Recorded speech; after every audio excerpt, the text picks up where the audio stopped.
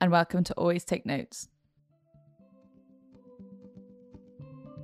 If you're an aspiring author, you'll be excited to hear that this week's sponsors are Curtis Brown Creative, the renowned writing school affiliated to the major literary agency. Since launching in 2011, over 150 of their students have gone on to get major book deals, including acclaimed authors Jessie Burton, Claire Pooley, and Kirsty Capes.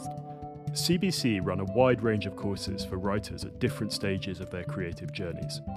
Their new 4-week online course, Plot and Story, The Deep Dive, is the perfect next step for any fiction writer struggling to weave the threads of their narrative together. Exclusive teaching videos, resources, and writing tasks from best-selling author Laura Barnett will teach you the most useful theories of story structure and show you how to use them to shape your plot. Plus, all students will be given the opportunity to get individual feedback from one of CBC's expert fiction editors. Visit www.curtisbrowncreative.co.uk to find out more about all the courses on offer. Curtis Brown Creative have provided an exclusive discount for Always Take Notes listeners. You can use the code ATN20 for £20 off the full price of Plot and Story, The Deep Dive, or any other 4 or 6 week online writing course.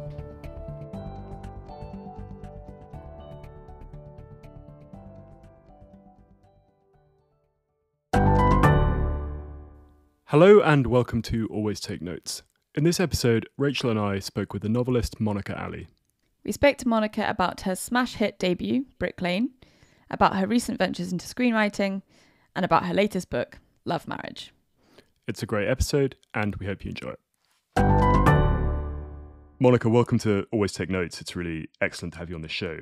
Can we start with Love Marriage, your new novel that's had this really fantastic reception? Could you tell us where the initial idea came from and then how it began to take shape? I actually was working on 2 separate stories, and one was about Harriet, although she wasn't called Harriet at that time. She was called Elizabeth, which turned out to be the wrong name.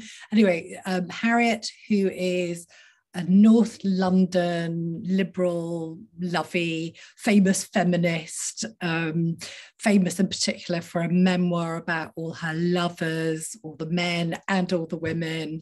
And I wasn't sure that I was going to end up writing that as a novel. I also had another story on the go, which was about Yasmin, who is a junior doctor at a big London hospital, and it was about her love life. And again, I wasn't convinced that this was the story that was going to turn into a novel. And I had then this light bulb moment, this very rare moment of genuine inspiration, because most of writing is perspiration. But this was a moment of inspiration when I thought, what if I put them together? What if I brought these 2 rather different worlds into contact with each other? And then I knew instantly that it was going to be a lot of fun to write. And it was the book that I was going to have to write. And am I right in thinking it swelled to 240,000 words once you started writing? Yeah, I could not stop. It was and I worried about it because I knew I was writing too much. I knew that I would have to be quite brutal with the cuts. And this has never been my process before. I've always turned out pretty tight first drafts because I edit a lot as I go along. And the sort of 2 sides of writing as I see them, you know, the sort of being in the flow and immersing yourself,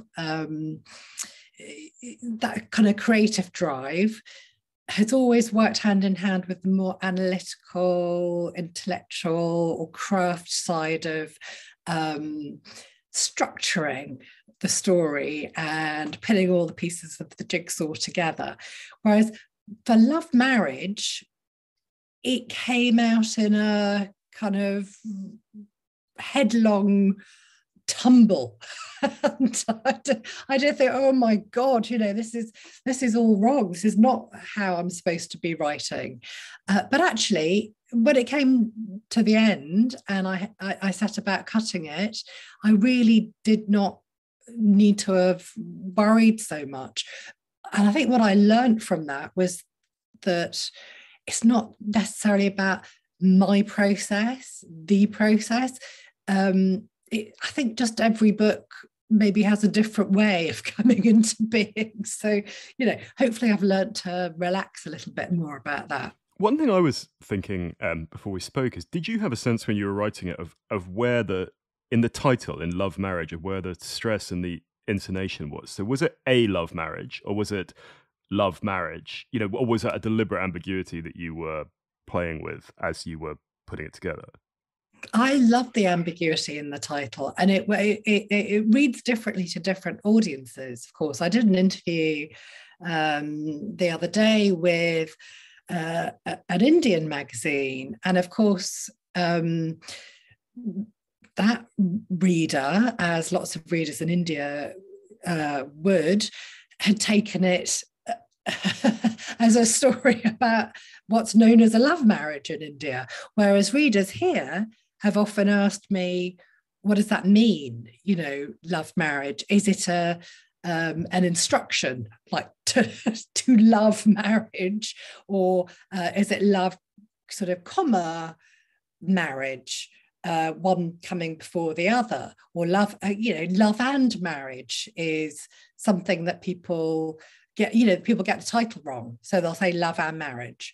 So I like that ambiguity, and in India, most of the subcontinent, people don't refer to arranged marriage. 97% of marriages, I was told the other day, are arranged marriages, and that's just called marriage, right? But here we don't talk about love marriage because that's just marriage, and then we refer to an arranged marriage. So yeah, I was sort of playing off those ideas.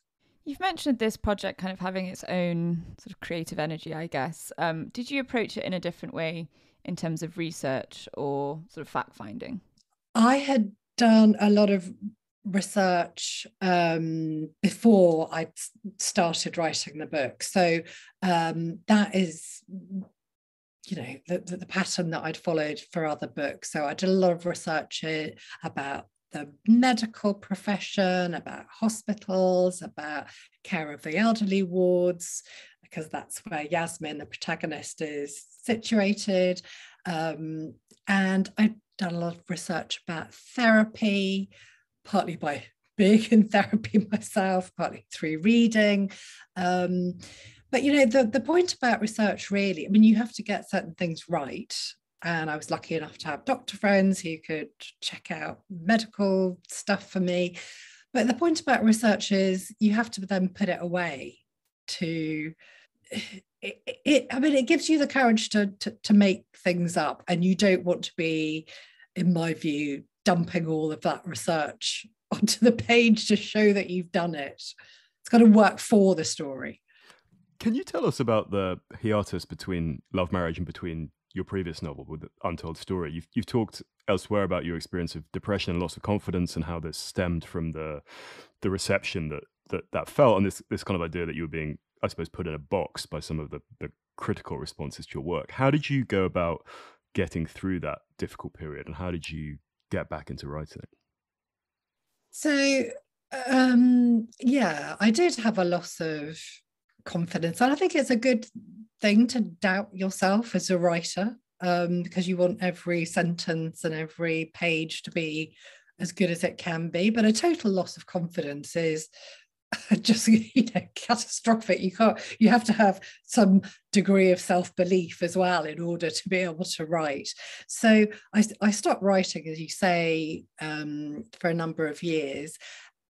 And actually, what got me back into writing was attempting to write for television, TV dramas.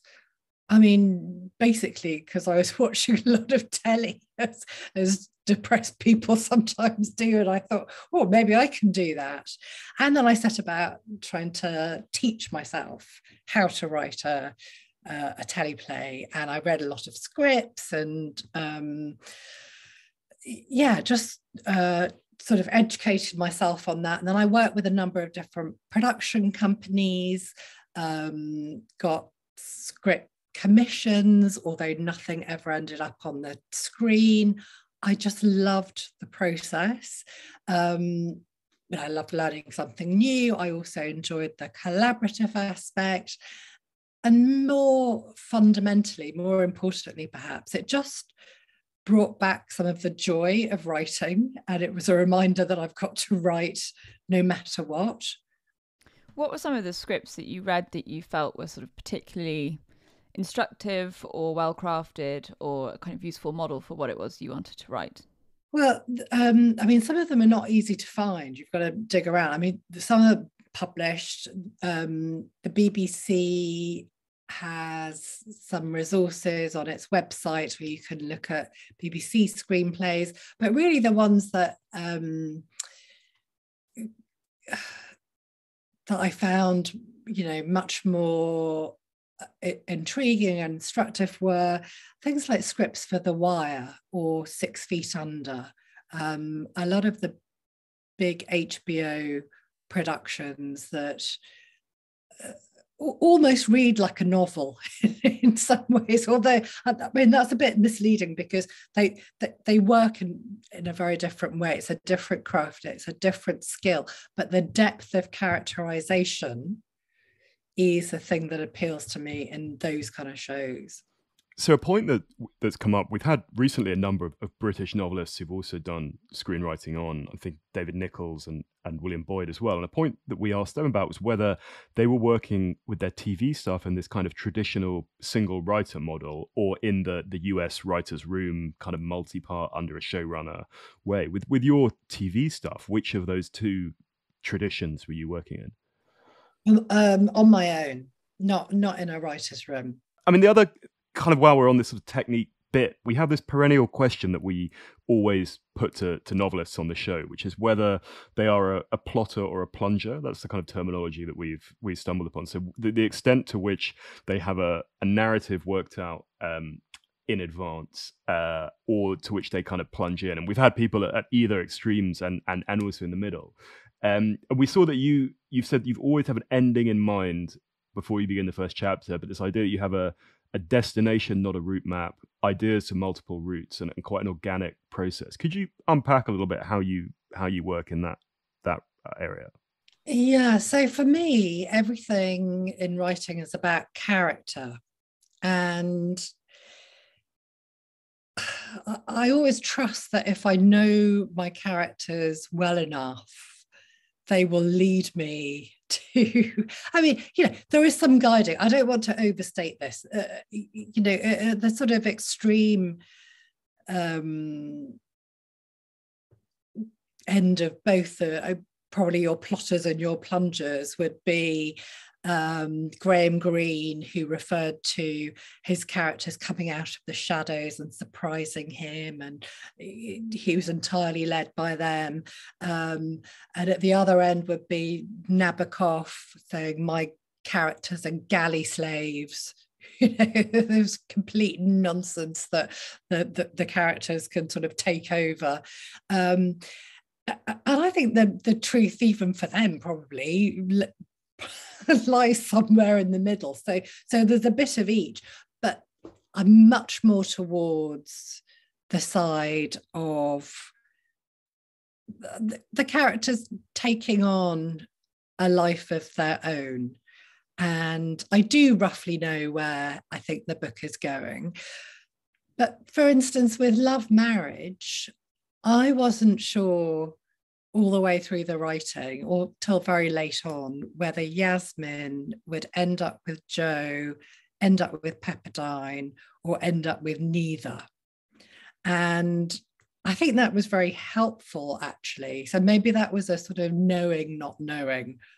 But I think that made it easier for me to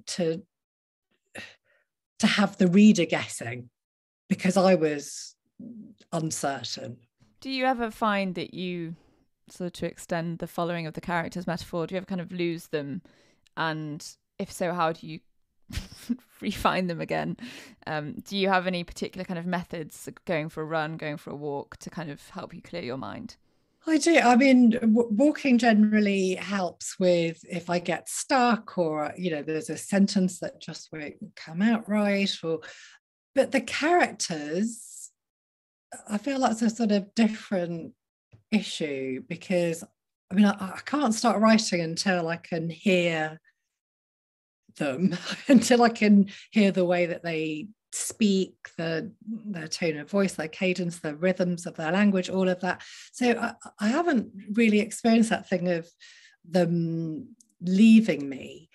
Sometimes I teach creative writing and a student will bring a piece of work that's not quite working for some reason, the character's not coming off the page, and I'll probably start asking questions about, well, where did she go to school and who was her best friend and what did her grandparents do and all sorts of stuff, which at some stage the student might say, but none of this is in the book, it's not in the story. And I try to persuade them that yes, it might be the tip of the iceberg that's showing, but if you don't have the rest of the structure in place, if you don't really know your character, then it's sort of unlikely that your reader is ever going to feel that they have got to know your character.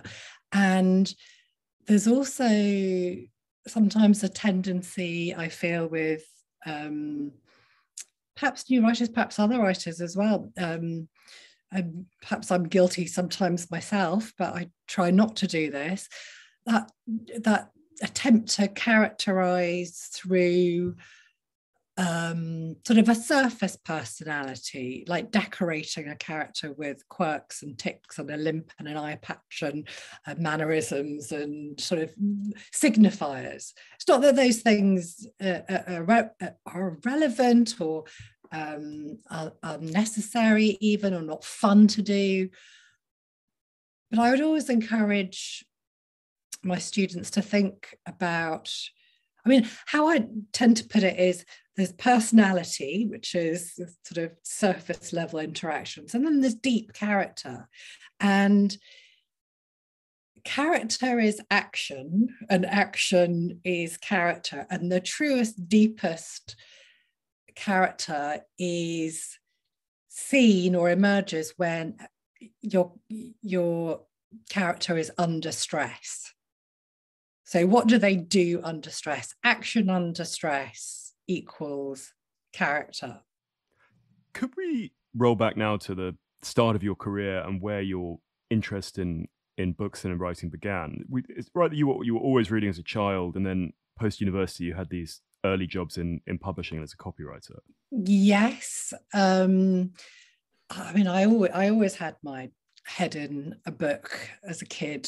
I'd walk along sometimes reading a novel, and then it never occurred to me really, or I didn't allow myself to think that it was even a remote possibility that being a novelist was something available or open to me, how to earn a living. And I didn't know anyone like me who was a novelist. So I did a variety of other jobs in marketing and in publishing. And then I became a freelance copywriter. And it was only when I started having children, got 2 kids, that I actually started writing fiction. I've read that it was in the middle of the night when you couldn't sleep that you started writing short stories. How did you sort of progress from there? Did you send those short stories to an agent and then get representation? No, I never did anything with those short stories at all. How did I progress? My ambition wasn't really towards short stories. The novel was the thing for me, but it seemed crazy to attempt it. I mean, I didn't have any childcare, and I was nursing my youngest still. She was just a baby, and I had a toddler as well.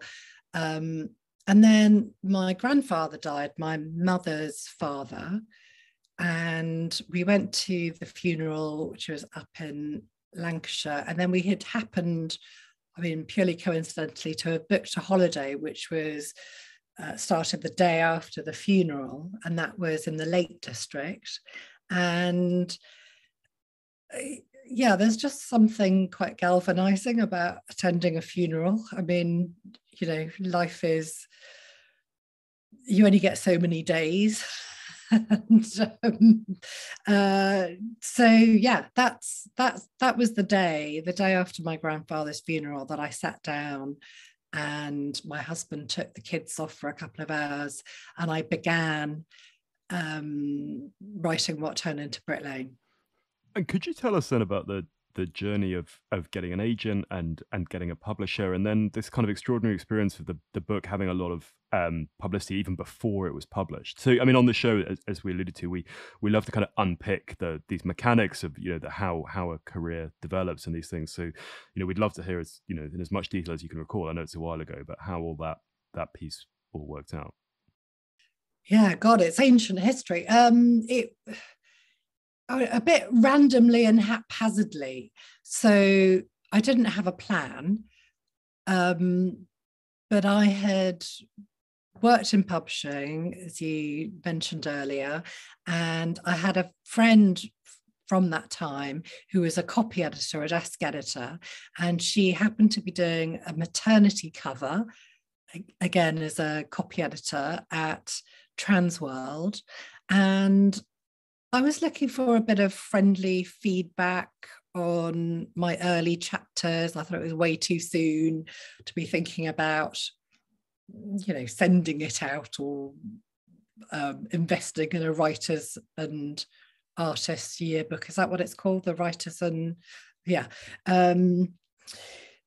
So I sent it to her, and she then rang up and said, would you mind if I showed it to an editor here?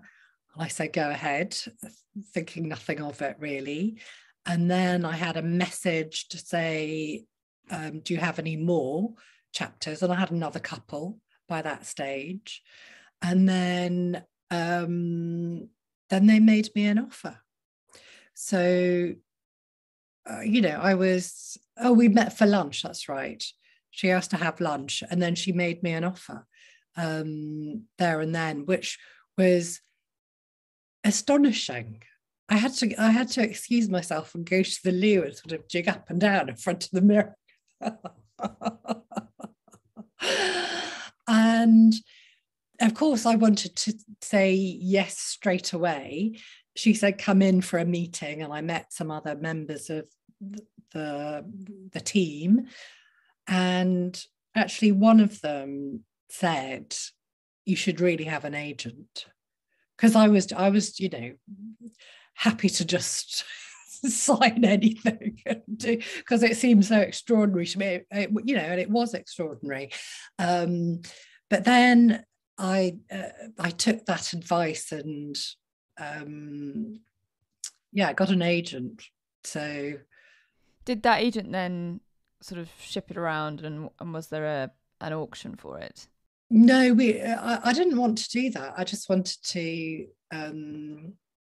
I couldn't really believe it was happening, so it felt as though it might disappear if I took it around and shopped it elsewhere. You'd scare them away, yeah. Exactly, just like, yes, please, we'll do it now. But you know, the agent, of course, you know, got the money increased and stuff like that, which, you know, that's why you have an agent. Because they're more hard-headed than and not so overwhelmed by the idea that anyone might want your book.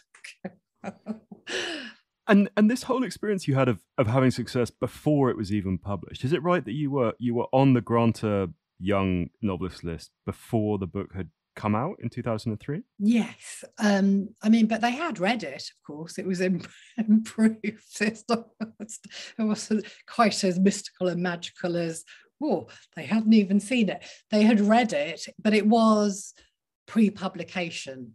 So yeah, and I'm sure that gave the book a boost. And of course, the book was adapted into a film. You weren't involved in the film adaptation. You're adapting Love Marriage yourself. Why did you make the decision at that point to kind of let the filmmakers do their thing without your input? They did ask very early on, would I be at all interested in adapting it? And at that stage, I really was not. I wanted to carry on writing prose. And,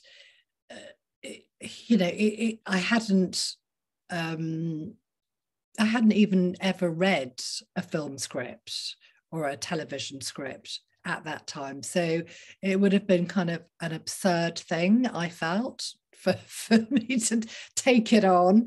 And they lined up a very good scriptwriter, Abby Morgan, who has gone on to do, many other things for both television and films. So I was happy with that choice and that decision.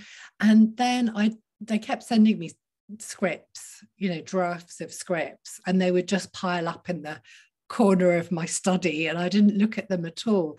My feeling was that either one should be properly involved and engaged, or stay away from it, because I think meddling from the sidelines would not have been helpful. For me as well. I think I would have found it frustrating, because of course you were going to have different ideas, and of course it was going to be hard to see what was being cut out the whole time. So I just decided that I would see it after it had been filmed, and I saw the rough cut, not an entirely finished film, in a screening room somewhere in London. And Sarah Gavron, who is the director, this is another hiding in the toilet story, where we got together afterwards with all the producers and some of the key staff on the film. I was saying, where is Sarah? And somebody told me, she's hiding in the loo in case you don't like the film. You can go and tell her that I really like it. And then she came out. What do you think, having had this huge success with Brick Lane, with your first novel, as your first novel, again, from the perspective of now, with the benefit of hindsight, like, what was good about that, and also what was challenging about it? And did you feel a kind of element of difficult second album syndrome in terms of following that up? There's a lot to unpack in that question. What was good about it? What was difficult about it? I mean, there were lots of good things, and I think my first reaction to that question is always, well, what's difficult about having a first novel that disappears sort of unremarked and unlauded and unread? I mean, that's bloody difficult, I imagine. So I'm always very wary about complaining about anything that's difficult about having a successful first novel, because compared to having a novel come out and vanish, it's all upside, right? On the other hand, being honest now and looking back, I mean, I was sort of very blithe about how great everything was, and even the writing process. People would ask me, how did you manage to write with such young children and so on? I go, it was fine. I'd fit it into nap time and writing in the night and so on. But actually, the truth was, I was completely exhausted, and it was hard. It was really hard. And the fact that the book was published in a lot of different countries as well, and there's a lot of pressure to go and support those publications and do interviews and do publicity, while all that is gratifying, I didn't want to be away from home as much as I was away from home. I found it really, really hard. But I was sort of in denial about how hard I was finding it.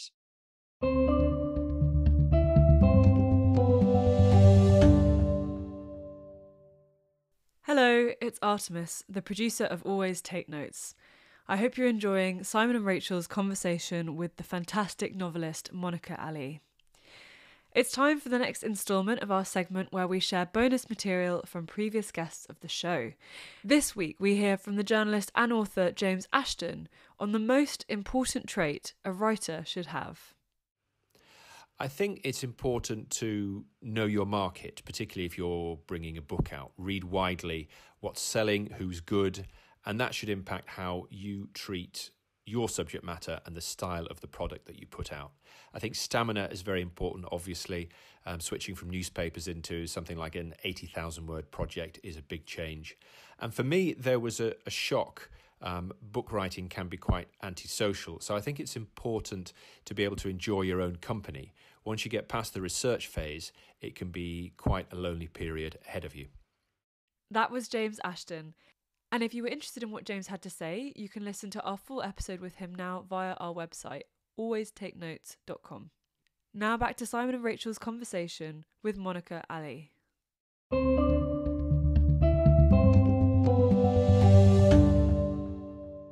And it's a rule of the show that we always ask guests about money and how money has related to their writing lives. How did the success of Brick Lane change things for you financially? It enabled me to carry on writing. And that was huge, because it seemed like I had some guilt about not earning money, spending time writing a novel and, or short stories firstly, and then starting on the novel. Because if I had the time to do that, then surely I could be having the time to earn some money and contribute to the household finances. So it made all the difference. And it also meant that I could carry on writing what I wanted to write, which was also huge. It meant that I didn't feel the need to, I think actually Simon's question referred to, or was it difficult writing the second book? I think I was, just naive and sort of also bullheaded in writing whatever I wanted to write. I mean, I knew perfectly well that the smart move commercially would be to sort of parlay Brick Lane into a bit of a brand and keep, build a readership and sort of, but I'm not a marketing machine. I'm a writer, and having some money in the bank certainly enabled me to not engage with any of that. I was quite clear about writing what I wanted to write.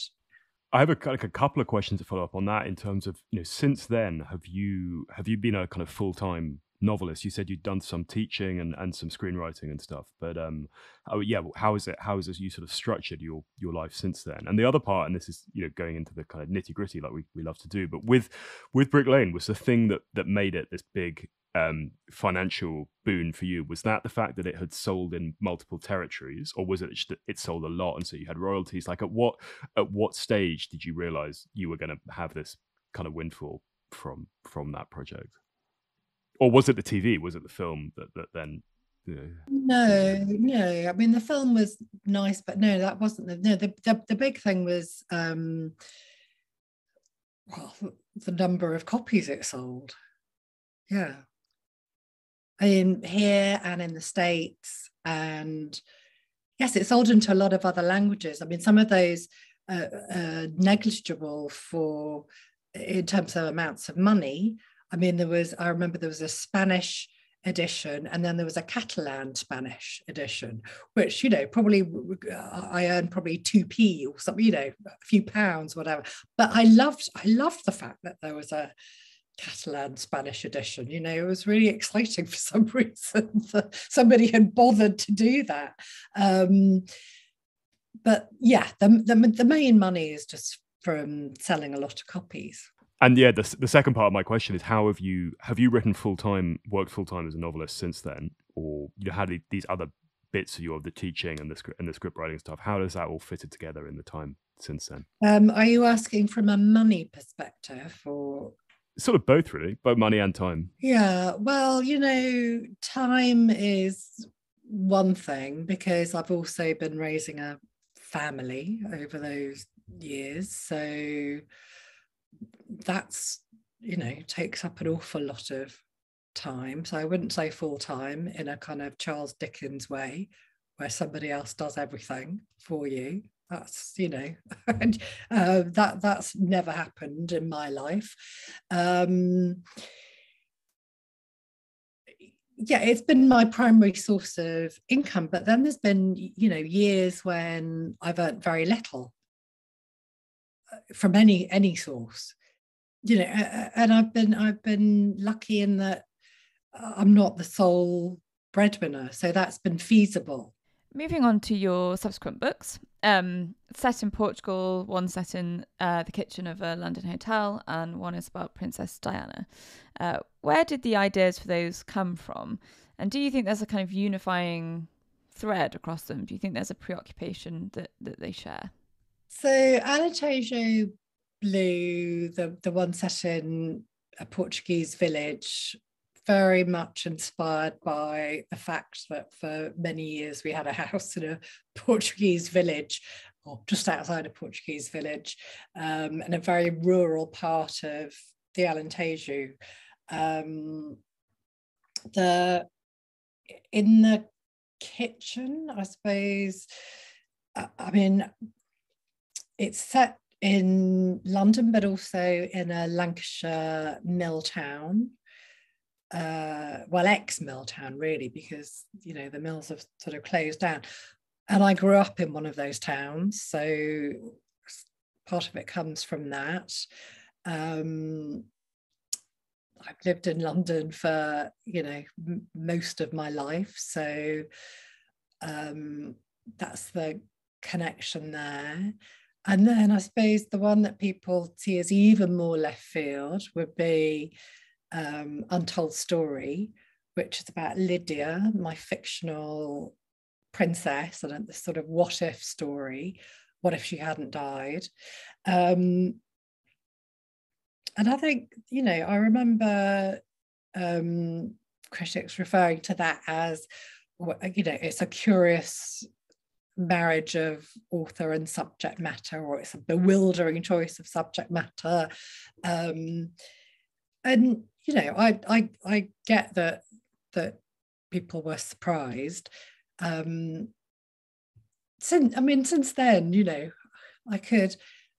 I could point out some of the similarities beneath the differences. So with Nazneen, who's the heroine of Brick Lane, she's a virgin bride, she's unworldly, she's uneducated, has an arranged marriage to a much older man, suffers from the scrutiny of the wider community, has an affair, and then decides that another man is not the way to salvation, and reinvents her life.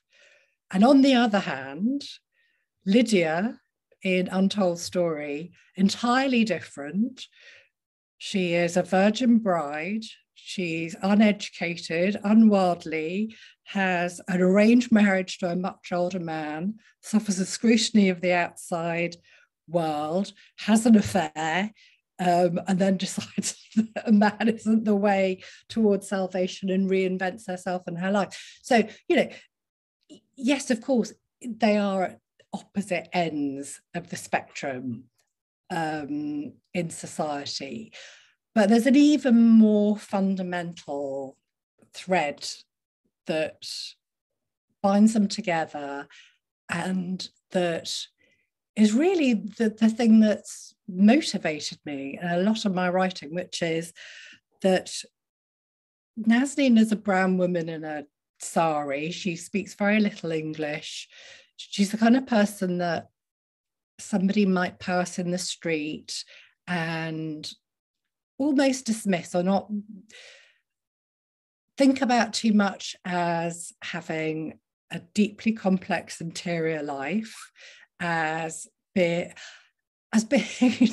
deeply human, and just not granting her full humanity. And I think in a weird way, that's exactly what happens or can happen with massive celebrity, that we are prone to dismiss those people in quite a cruel way as well, as not having, just not granting them their full humanity either.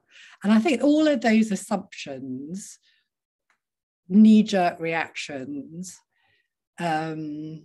shallow readings of others is something that I'm interested in untangling and putting under the microscope. I guess that was what my question was getting at, is that reviewers' remarks on how much of a departure your subsequent books were, but they had some commonalities with Brick Lane.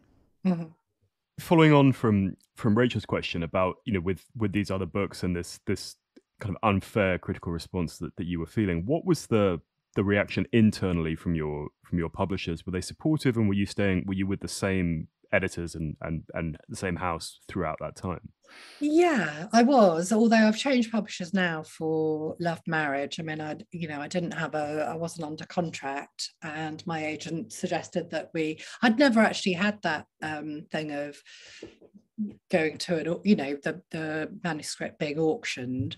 So that was kind of exciting and fun to do this time around.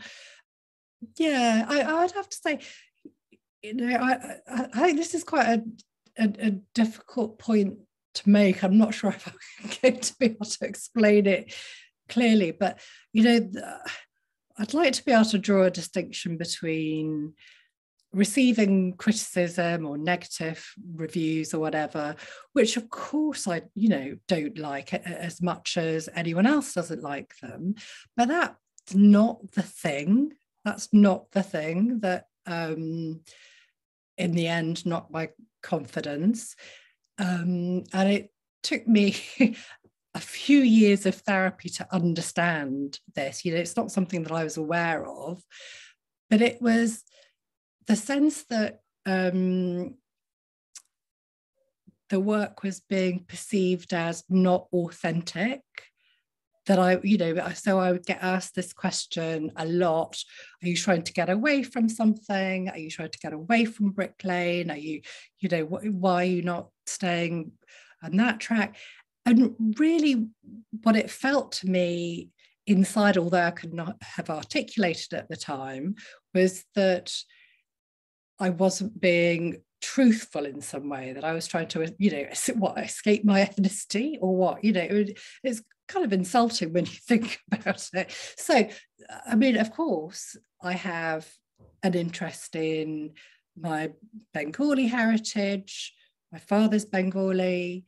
I was born in Dhaka, but I've lived here all my life. My mother's English, and, this country is what I know.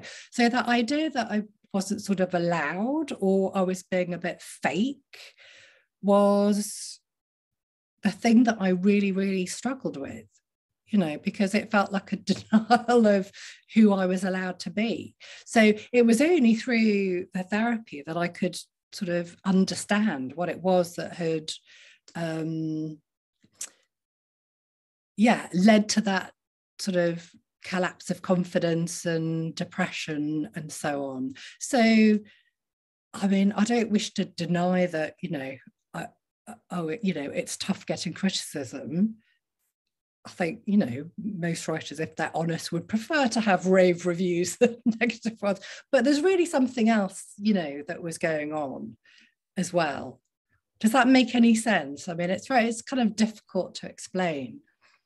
Yeah, no, I think that's kind of clear. I mean, it makes me think of a Sierra Leonean writer we had on the show, who Aminata Fauna, who wrote her first book that was a memoir of her father there, and then similarly wrote subsequent novels which were set in very different settings. And she also faced, I think, some of these questions. I mean, I wonder What do you feel about some of the broader societal discussions that have taken place about who has a right to tell what story, and these ideas of authenticity and appropriation, which have been so much in the kind of discourse, for want of a less pretentious word, in the past few years?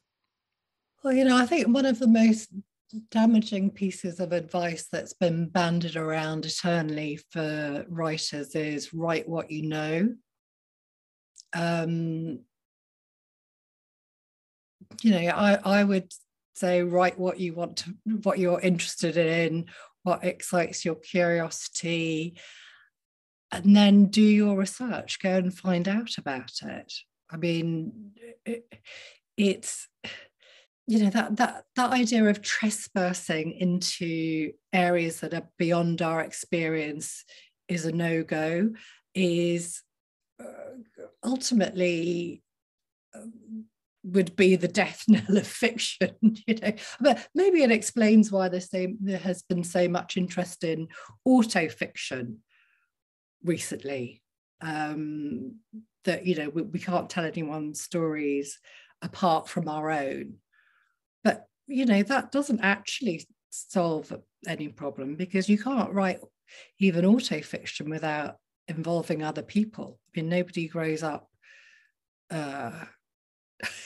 in total isolation.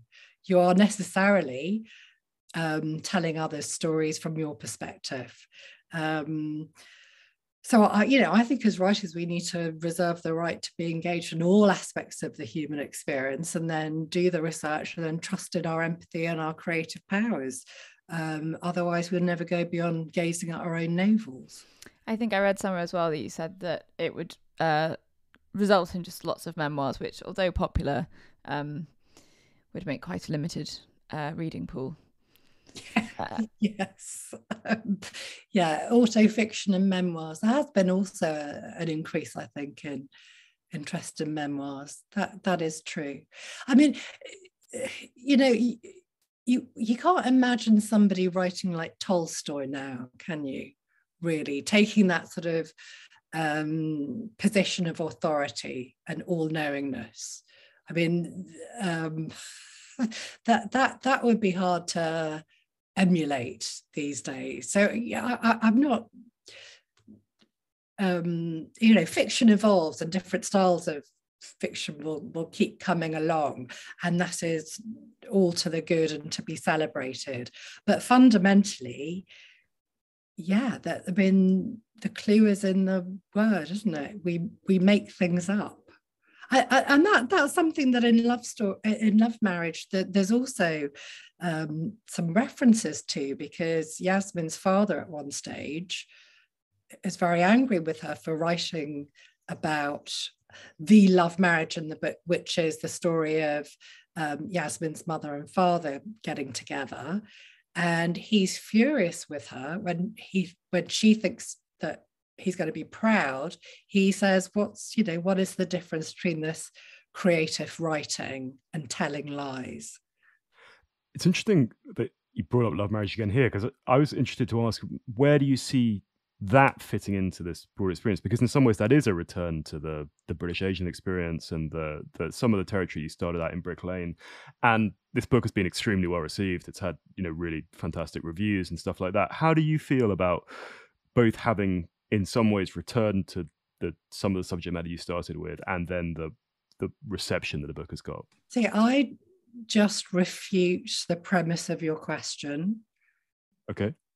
So Nazneen in Brick Lane, as I've mentioned earlier, she's working class from a rural village background in Bangladesh.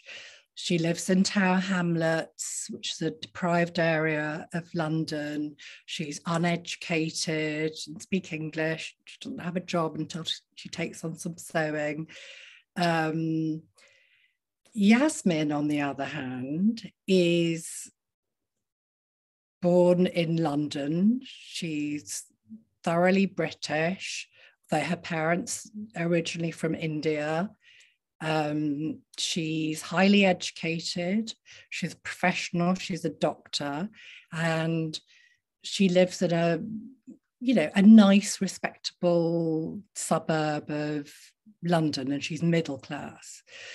So it makes me wonder whether a white writer who had written 20 years ago about a white working class family in a poor neighborhood, a tight-knit community,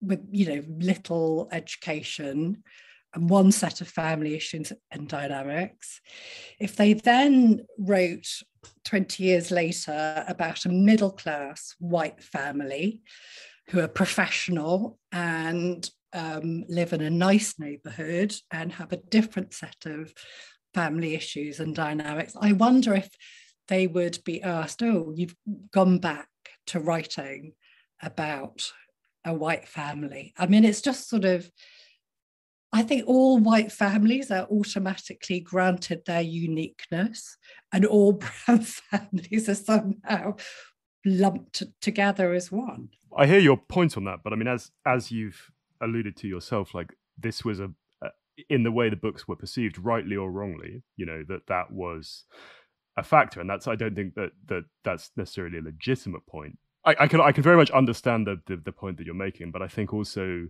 do you think that distinction of complete difference is one that the publishing establishment had, or that the critical establishment, or that many of your readers would have held, rightly or wrongly?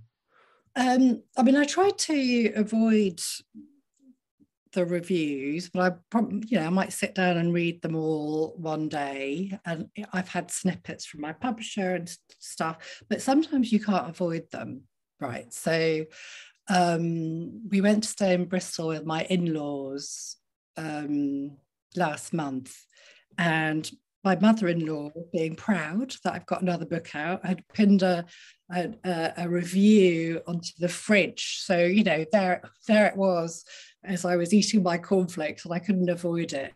And the headline was something like Brick Lane for 2022, but with more sex. And it's so vapid and it's so stupid and ludicrous. But what can you do? I mean, it's not in any way an accurate reflection of the book.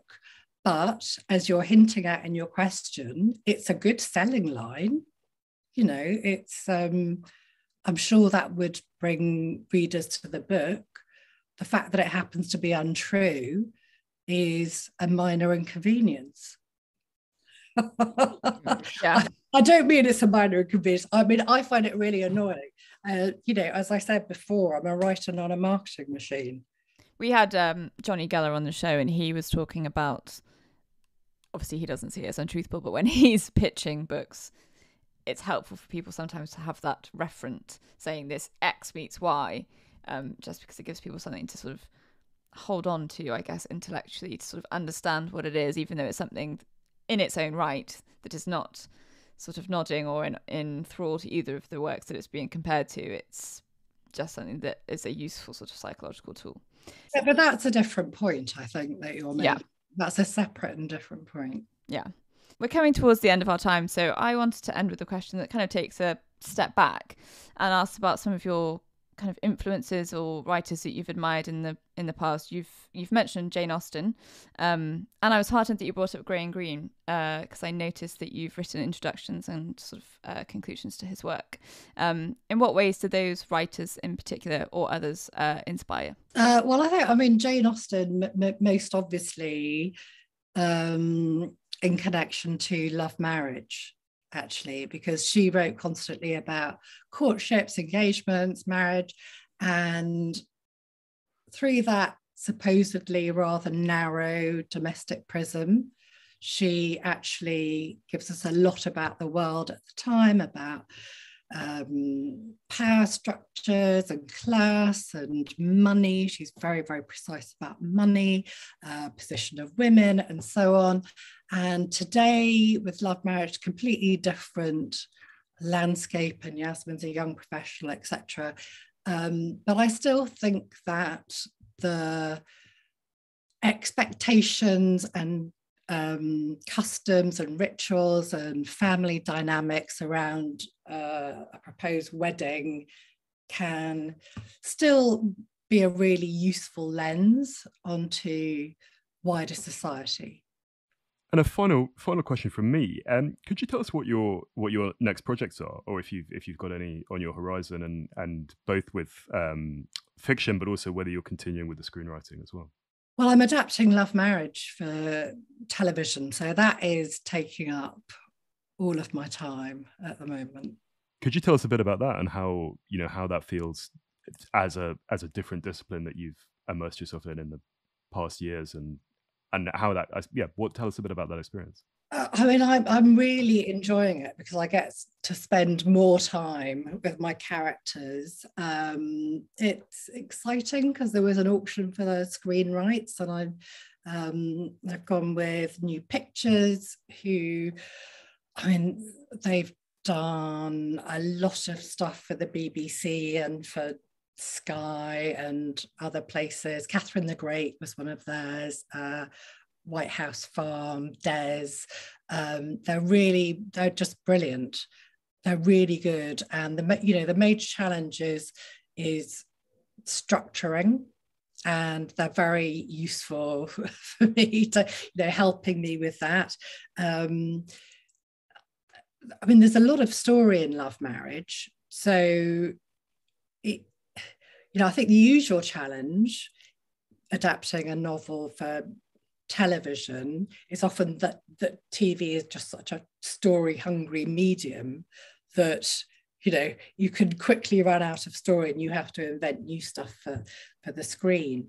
But in fact, with Love Marriage, there's so much story going on that the key issues have been structural, in that something that happens later in the book might need to be brought forward, or something that's happened off stage in the book we need to then actually get onto a scene. But I really enjoy the process. So and I'm still learning, and it's good to have people who can sort of guide me, as it were. Brilliant. Well, look, thank you for a fascinating and wide-ranging discussion, and wishing you all the best with everything going forward. Thank you.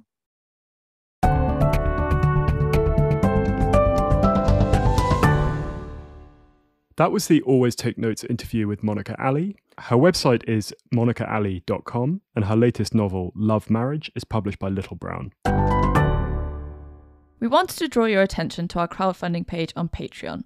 If you've been enjoying Always Take Notes, please do consider supporting us there. It helps us to keep the podcast going. If you support us on Patreon, you can get a great selection of rewards, including a shout out on the show and a selection of successful magazine pictures. If you pledge $10 a month, you also get a free 2-month trial to Otter, worth $26, alongside the other rewards. Otter offers automated transcription and live note-taking for in-person and virtual meetings. I found it to be a huge help when organising interview material. Thanks again for supporting Always Take Notes. Hello, it's us again. Rachel, what was your takeaway from the interview with Monica? I felt that was a very honest conversation about the toll that writing, being in the public eye, having your work reviewed can take. I've seen everyone reading Love Marriage on the tube, so I think it was great to get her while she's been doing other press. What about you? Yeah, I thought it was a kind of powerful conversation about some of the challenges of having a huge hit, particularly when it's your debut. And I think she spoke pretty candidly about that. I mean, I think it's difficult because people are wary of talking about that because they feel that it'll be regarded as sort of, much less difficult than never getting published at all. But I think clearly having a smash like that and then deciding what to do afterwards or what direction to go creatively and professionally is a challenging thing. And it's good to see her kind of back striking a real vein of success again with the new novel. Rachel, what have you been up to of late? I am currently in that phase which I enjoy the most, which is scouting around for ideas. I'm hoping to do a couple of profiles, some kind of chunky things to get stuck into over the summer. So that's currently what I'm doing. How about you? So I've been reading a lot of documents for a story I'm working on, which is why I'm slightly bleary-eyed, but it's good. And it's also been a different kind of reporting to interviewing, which is what I usually do. It feels kind of easier in some ways in that you're just going through paperwork, but it's almost I suppose, a more academic exercise. It feels a different way of pulling a story together, but it is very interesting. And I'm looking forward to bringing this piece forward towards fruition, I hope, in the next month or so. Anyway, this has been Always Take Notes, hosted by me, Simon Acomb. And me, Rachel Lloyd. Our producer and social media editor is Artemis Irvin. Our score is by Jess Danheiser, and our graphic design is by James Edgar. If you'd like to follow us on social media, we're on Instagram at Always Take Notes, on Twitter, on Take Notes Always.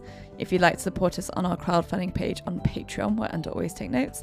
And if you'd like to leave a review on iTunes or get in touch with us via our website, please do. Many thanks. Goodbye.